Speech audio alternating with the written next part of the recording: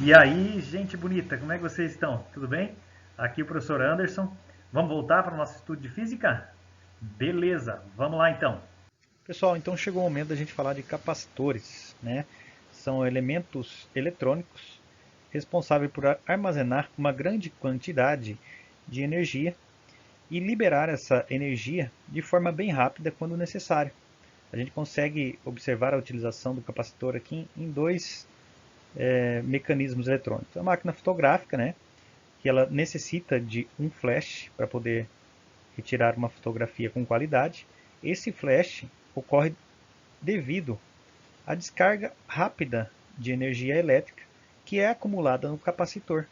Tá? Aqui no dispositivo de eletrochoque, né, essa ferramenta aqui de defesa que as pessoas acabam utilizando, também funciona com capacitor. Então o capacitor ele é carregado por uma bateria, carregado lentamente por uma bateria, e quando há necessidade, então há uma descarga rápida e de alta intensidade, devido ao capacitor, tá certo?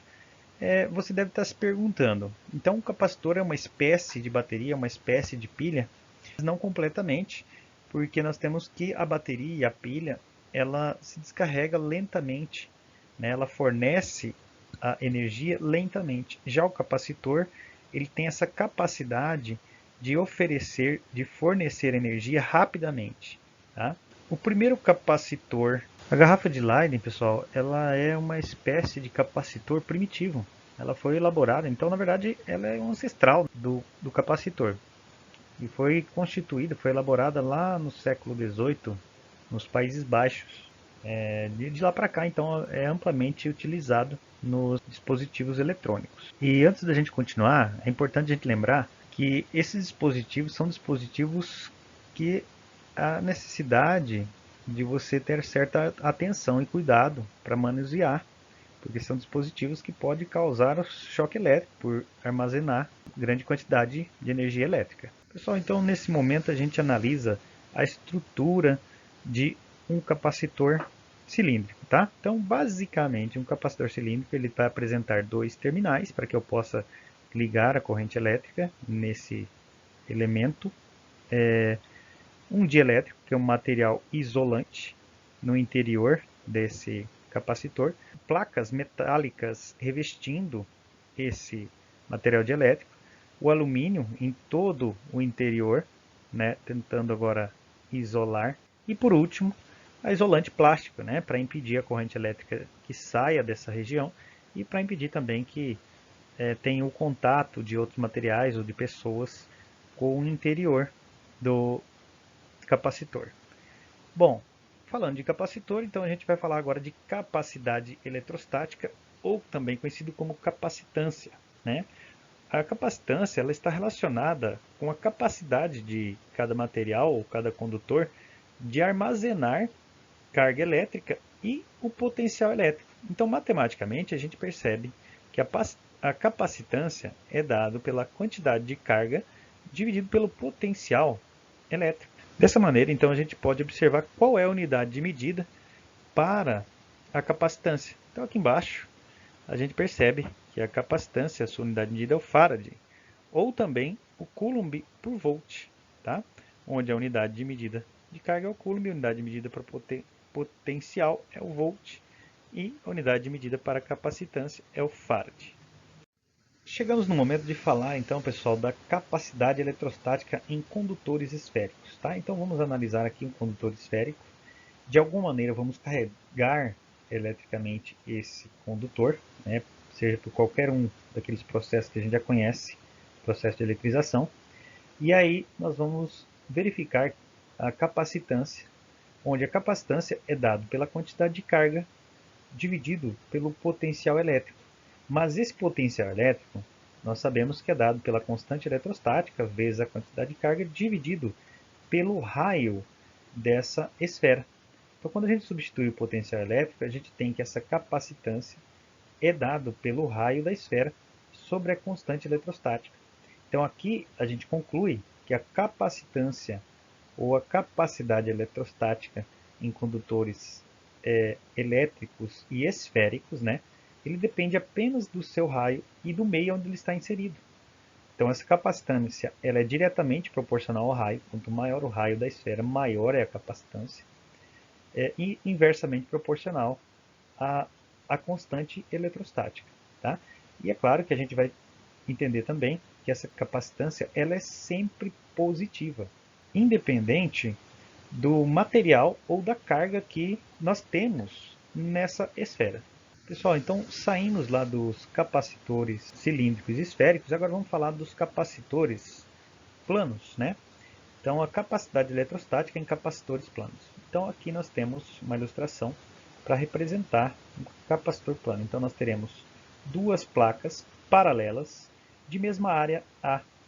E entre essas duas placas paralelas nós teremos um material dielétrico, ou seja, um isolante, que é muito importante para nos dar a capacidade eletrostática nesse capacitor.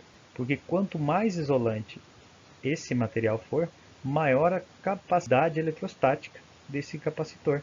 Então, matematicamente, a gente percebe aqui que essa capacitância ela está relacionada com a constante de permissividade, epsilon, né? E a área dessas placas e a distância que separa essas placas. Tá? Essa constante de permissividade no ar e no vácuo, ela tem praticamente o mesmo valor, que é de 8,85 vezes 10 elevado a menos 12 farad por metro. Caso eu substitua o ar, né, então eu vou deixar de pôr o ar aqui, ou o vácuo, e colocar um outro material dielétrico. Então eu vou aumentar essa constante de permissividade e, consequentemente, eu vou aumentar a capacitância desse capacitor plano. Sobre a energia armazenada em capacitores. Então, normalmente, os capacitores eles têm mais condições de armazenar carga elétrica do que os condutores isolados, porque existe uma força de atração entre as cargas que estão em cada placa desse capacitor. Aqui nós temos uma representação esquemática de um capacitor. Tá? Então, daqui em diante, toda vez que aparecer nos nossos circuitos um esquema dessa maneira, nós estamos falando então de um capacitor. E se a gente pegar esse capacitor e fizer uma ligação com um gerador, veja só um novo símbolo então aqui, em que oferece uma diferença de potencial, né? Vamos lembrar o que é a diferença de potencial, é popularmente conhecido como voltagem, né? 110 volts, 220 volts, tá certo? Então aqui nós temos um gerador que está oferecendo essa diferença de potencial. Perceba o seguinte, que a capacitância de um capacitor é constante. No entanto, eu posso modificar a diferença de potencial de maneira a modificar a carga acumulada no capacitor. Então, nós podemos dizer que nós temos uma relação direta da diferença de potencial e a carga no capacitor. Isso significa que se eu aumentar a diferença de potencial dada pelo gerador, eu também aumento a quantidade de carga retida no capacitor. E matematicamente, nós dizemos que essa capacitância é dada pela quantidade de carga armazenada dividido pela diferença de potencial oferecida no circuito. Então, essa quantidade de carga ela vai ser dada pela capacitância do capacitor, que é uma constante, vezes a diferença de potencial oferecida pelo gerador. E como a gente já analisou, verifica que essa carga está diretamente relacionada com a diferença de potencial. Então, pelo gráfico, eu consigo fazer uma interpretação linear, onde nós teremos o seguinte gráfico da quantidade de carga em função da diferença de potencial. E aqui nós temos em destaque a área, porque ela significa algo que nós vamos ver agora. Pessoal, então olha só. Agora, retomando das aulas anteriores, em que a gente viu que o trabalho das forças conservativas ela coincide com a energia potencial, então nós podemos dizer que a energia potencial ela é dada pela área do gráfico que nós acabamos de ver. Tá? Então nós temos aqui que a energia potencial elétrica é numericamente igual a essa área. Tá? Só retomando esse conceito numericamente, é porque a energia e a área vão ter o mesmo valor em número e unidades diferentes. A área do gráfico, nós temos é a área de um triângulo. E a área do triângulo é a base vezes a altura dividido por 2, onde a base é dado pela diferença de potencial, a altura a quantidade de carga, então o produto de carga pela diferença de potencial dividido por 2. E ainda eu posso substituir essa carga pela equação que encontramos no slide anterior, onde a carga é dada pelo produto da capacitância, que é a constante, vezes a diferença de potencial. Fazendo a substituição na quantidade de carga por C vezes U, então eu tenho que a energia potencial elétrica é dada por C vezes U ao quadrado dividido por 2, tá certo? Então aqui nós temos duas equações para energia potencial elétrica armazenada em um capacitor. Então essa primeira e essa segunda. E aqui do lado, pessoal, nós temos uma foto para mostrar que a gente pode armazenar sim cargas elétricas em um capacitor, aumentando a diferença de potencial. No entanto, essa capacidade de armazenar carga, ela não é infinita. Chega um momento, se você aumentar demais a diferença de potencial, você vai aumentar tanto a quantidade de carga no capacitor que ele vai se queimar. Gente, então para melhor entendimento, vamos lá para alguns exemplos, né, sobre capacitância e energia armazenada em capacitores. Então vamos aqui no primeiro exercício, que é da apostila de vocês ou do caderno de atividades, tá bom? Então vamos lá. Um capacitor de 5 microfarad é ligado em uma diferença de potencial de 12 volts até que seja totalmente carregado. Qual é a quantidade de carga adquirida pelo capacitor? Então a gente sabe que essa capacitância ela está relacionada com a quantidade de carga e a diferença de potencial. A capacitância é constante, a quantidade de carga e a diferença de potencial são grandezas diretamente proporcionais. Então eu quero saber qual é essa quantidade de carga, que é dada então pela capacitância vezes a diferença de potencial. Fazendo a multiplicação da capacitância 5 microfarad vezes a diferença de potencial 12 volts, então eu tenho que essa quantidade de carga é de 6 vezes 10 elevado a 5 coulomb. No segundo exemplo, tem aqui, com uma bateria de 12 volts, é possível carregar plenamente um capacitor de 2 milifarad. Qual a energia que esse capacitor acumulou com essa diferença de potencial?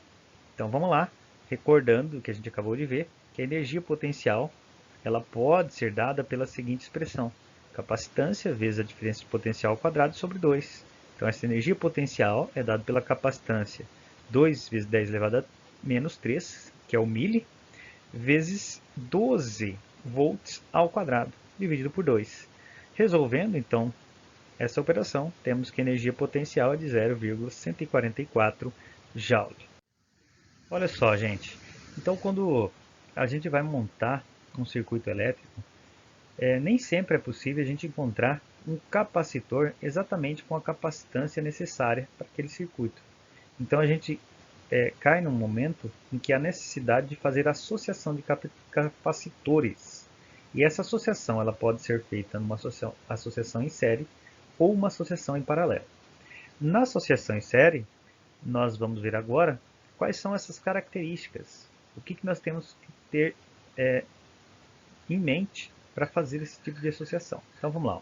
Em uma associação de capacitores em série, tem-se a seguinte característica: todos os capacitores devem estar ligados em um único ramo, tá? Então, em um único fio, gente. Já nós vamos ver ali uma simbologia para associação de capacitores, e aí você vai entender melhor o que é esse ramo.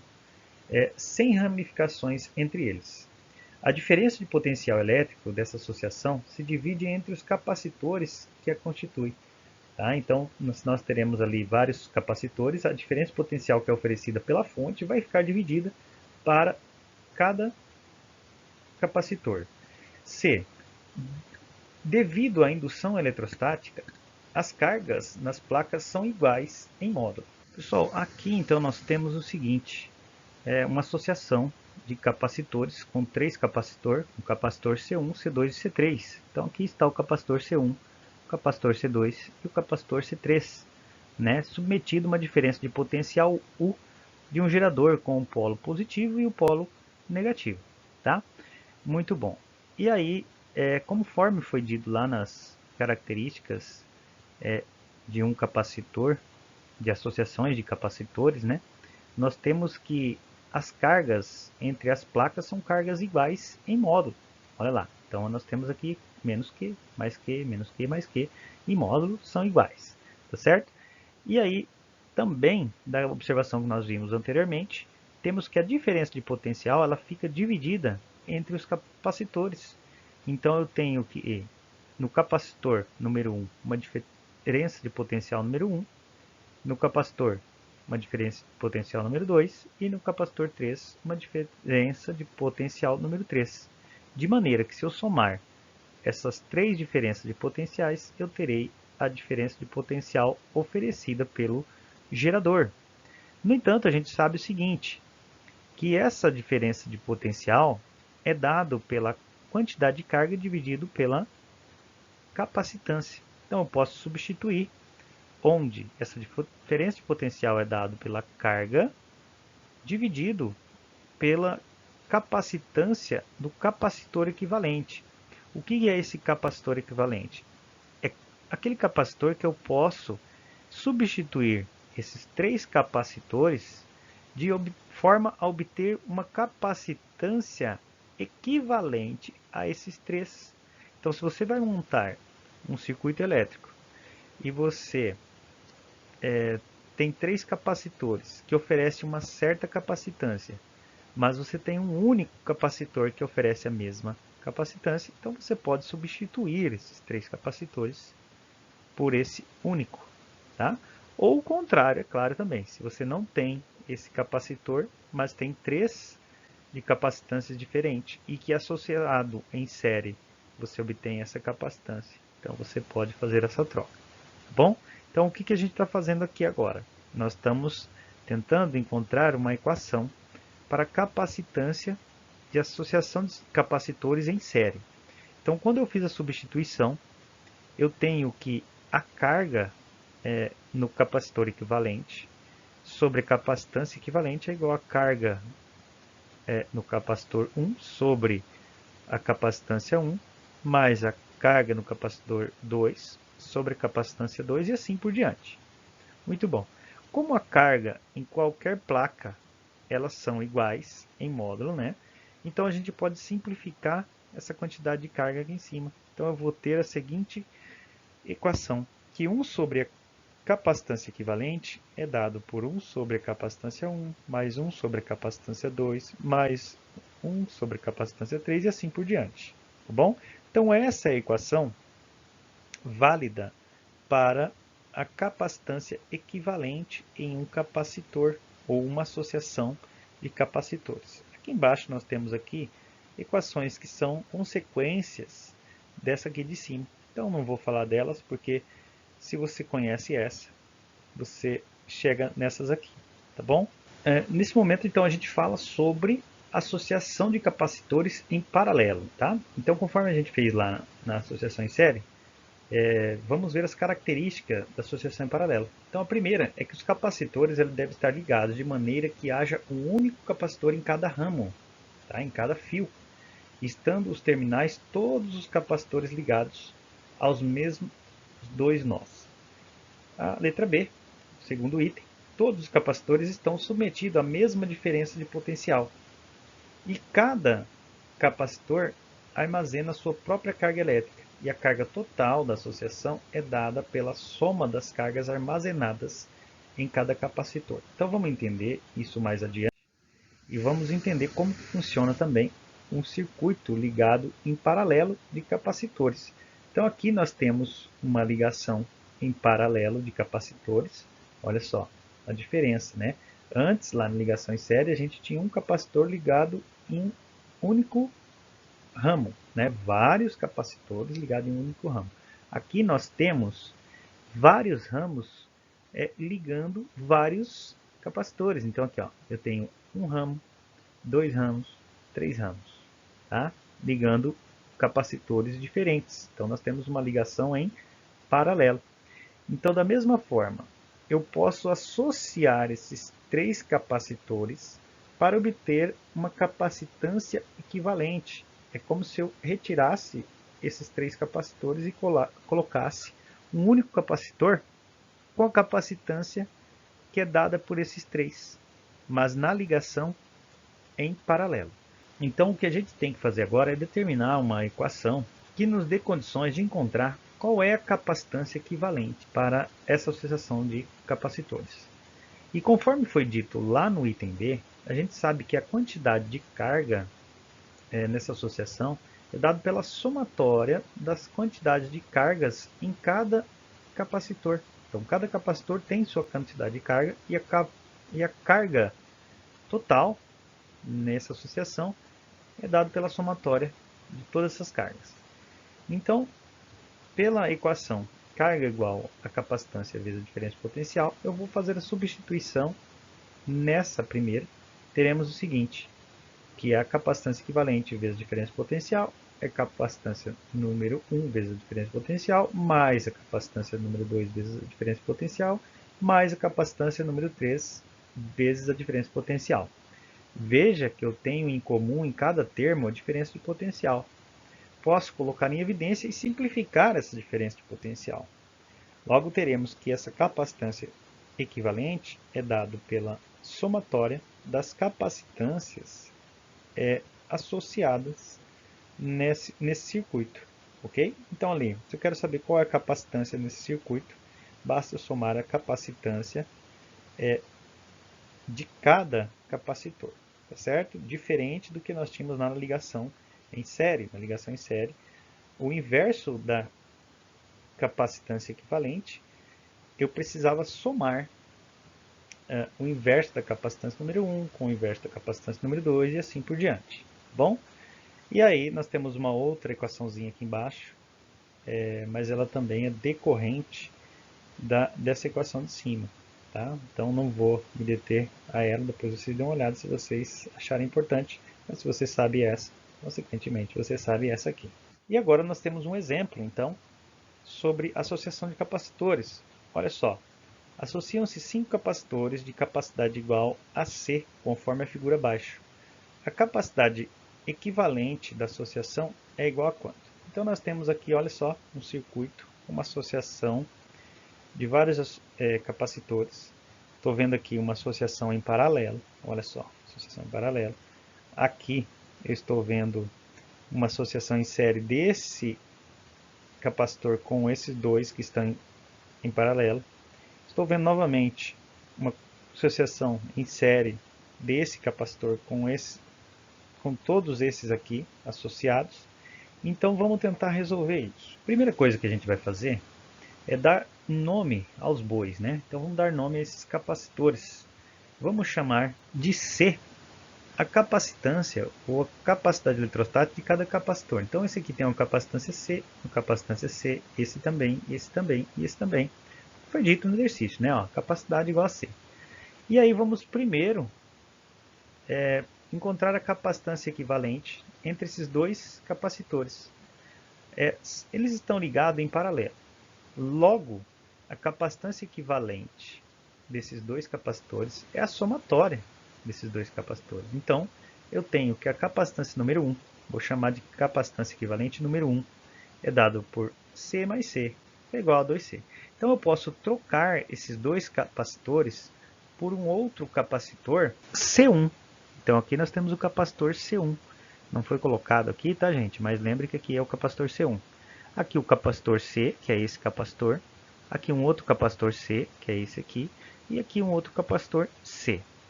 Agora, nesse momento, a gente vai fazer o quê? Encontrar a capacitância equivalente nessa ligação em série. E aí vamos lembrar, como é que a gente determina a capacitância equivalente? Vamos chamar de capacitância 2, a associação desses dois capacitores. Então eu vou ter o seguinte, como a ligação é em série, então é 1 sobre capacitância 2 igual a 1 sobre a capacitância número 1 mais 1 sobre essa capacitância.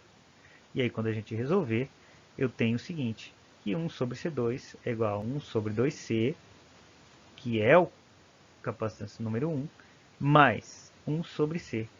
Resolvendo isso aqui, tá, gente? Teremos que C2 é igual a 2C mais 3.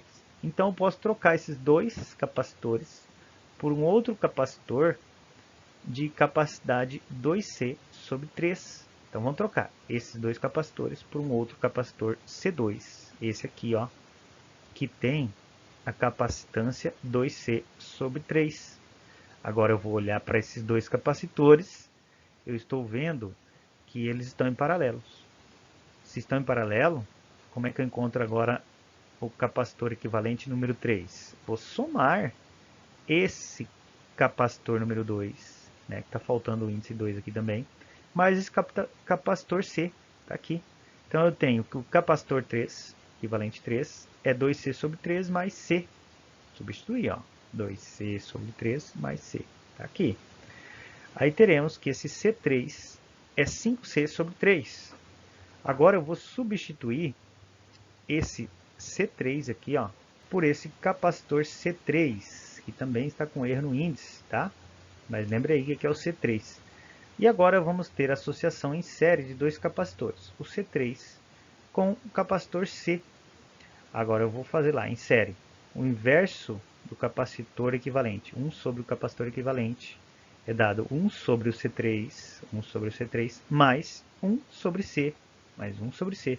Então eu tenho que 1 sobre o capacitor equivalente é 1 sobre 5C sobre 3, conforme a gente já tinha encontrado aqui em cima, mais 1 sobre C.